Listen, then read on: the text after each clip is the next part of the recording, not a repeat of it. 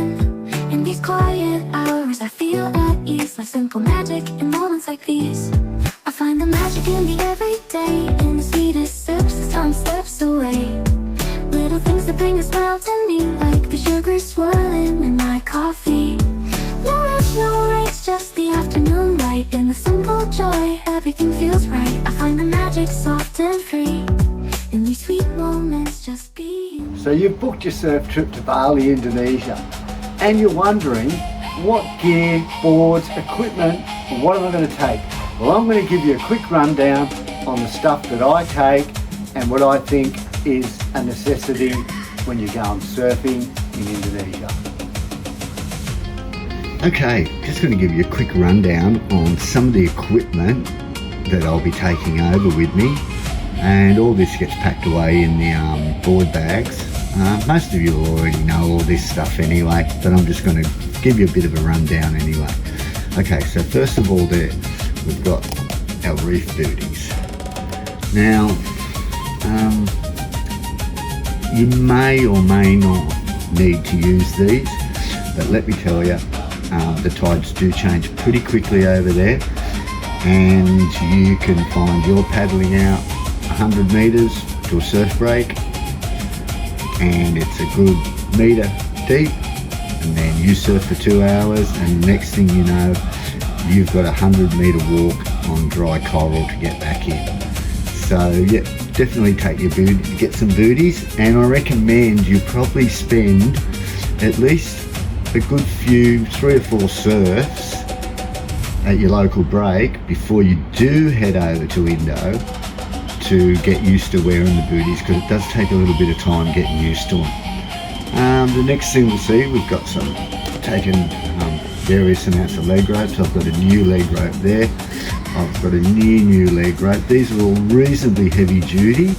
I'm not taking any lightweight leg ropes this trip round, but it's up to you which leg ropes you want to use, but definitely take a few. You can always, plenty of surf shops around that you can always get some other leg ropes and purchase from many of them. I recommend, if you are purchasing stuff and you do need stuff, stick to the local surf shops, the local small Balinese surf shops. You will get a better price out of it rather than going to the big corporation shops. Next thing here, we've got our fins. I'm taking a few different assorted fins. I've got most of them, my board fittings are FCS, and so I've got, and I've taped them up just for so they're in their groups, and it just sort of fits better in the board bag.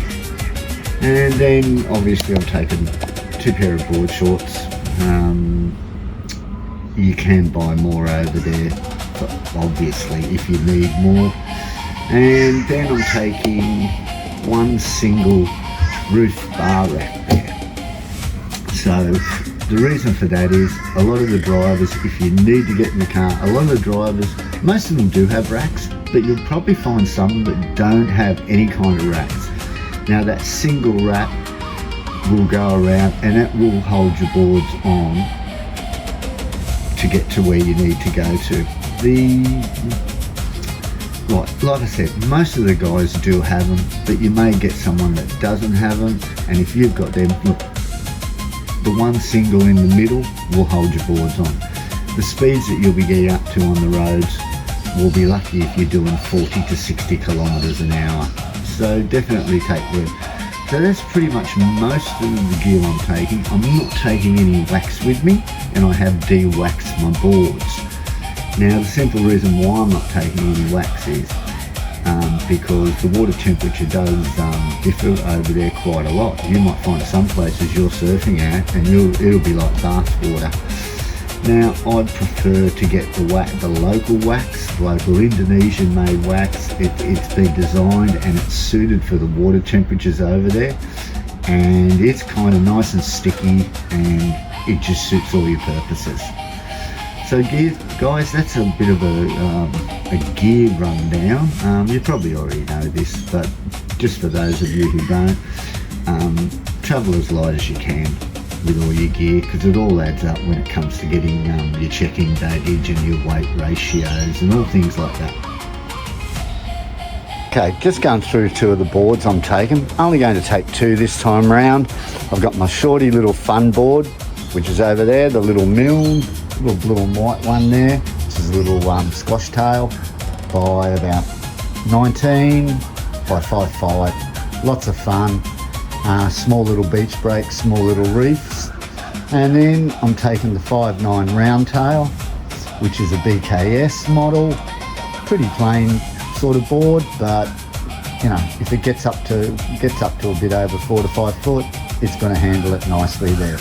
So that's the pretty much the 2 boards I'm taking. Now I'm just going to make note on these and just give you a close-up. I have put the lock pins into the rear on these, because we are surfing reef breaks, and you just don't know when you're going to be knocking a fin on the reef or something like that.